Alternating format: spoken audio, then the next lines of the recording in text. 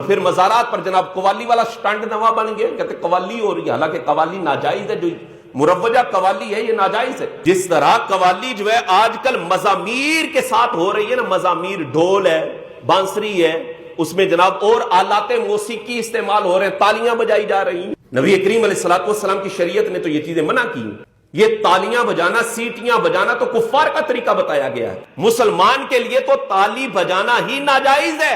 اور ہر قوالی کے اندر تالیاں بجانے والے اسپیشلی لوگ بیٹھے ہوتے ہیں جناب، بولا یہ قوالی ہو رہی ہے، قوالی نہیں ہو رہی، یہ موسیقی چل رہی ہے بھائی، یہ قوالی نہیں ہے، یہ ناجائز ہے۔ اب کوئی کہے جناب سلسلہ چشت کے جو بزرگ تھے وہ تو محفل سما کیا کرتے تھے، تو بھائی وہ محفل سما پتہ ہے کیسی ہوتی؟ تو خواجہ نظام الدین اولیاء کو پڑھیں نا، آپ کو پتہ چلے کہ ان کا محفل سما کرنا کیسا ہوتا تھا۔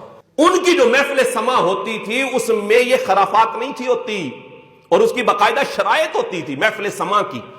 اور محفل سما کیا ہوتا تھا؟ اس میں آلات موسیقی نہیں ہوتے تھے، یہ مزامیر، یہ ڈھول ڈھمکا، یہ بانسری، یہ وہ جو اس طرح کر کے بجاتے ہیں، ہارمونیم وغیرہ شاید اسے کہتے ہیں، وہ پھر تالیاں بجانا، یہ نہیں تھا ہوتا۔ وہ پڑھنے والا جو ہوتا تھا وہ اشعار پڑھا کرتا تھا، اور پڑھنے والا بھی ایسا شخص ہوتا تھا جو با عمل ہوتا تھا، شریعت پر عمل کرنے والا ہوتا تھا۔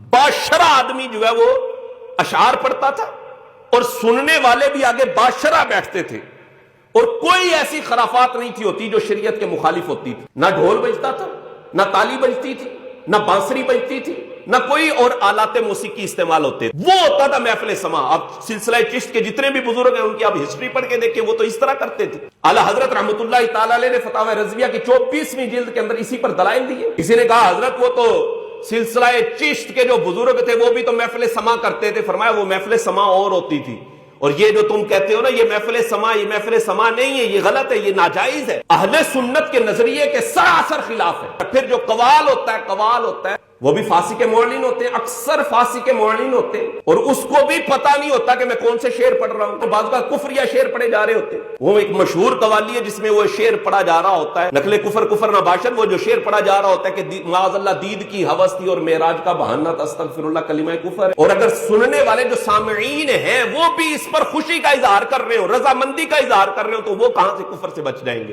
حکم کفر تو ان پہ بھی لگ جائے گا۔ یہ کیا تھا جناب؟ کیا محفل سما ہو، یہ قوالی ہو، یہ قوالی میں قوالی ہو گئی ہے تھے۔ اگر تم نے بھی اس کی ہاں میں ہاں ملائی ہے تو اپنے بھی نکاح دوبارہ پڑھو آؤ، کسے کو نہیں پڑھنے ہوں گے۔ اگر بندے نے کفر پر رضامندی کا اظہار کر دیا تو اگر شادی شدہ ہے اس کا نکاح ٹوٹ گیا، کیونکہ اس کی زبان سے کلمہ کفر نکل گیا۔ اگر کسی پیر صاحب کا مرید تھا تو بیعت ٹوٹ گئی ہے اس کی، تجدید نکاح، تجدید بیعت لازمی ہو جاتا ہے۔ اب یہ قوالی سننے گئے تھے، اپنی قوالی نکل گئی، اور اس طرح کے بڑے اشعار ہیں معاذ اللہ جو یہ لوگ قوال لوگ پڑھ رہے ہوتے ہیں، اور یہ کاروباری لوگ ہیں۔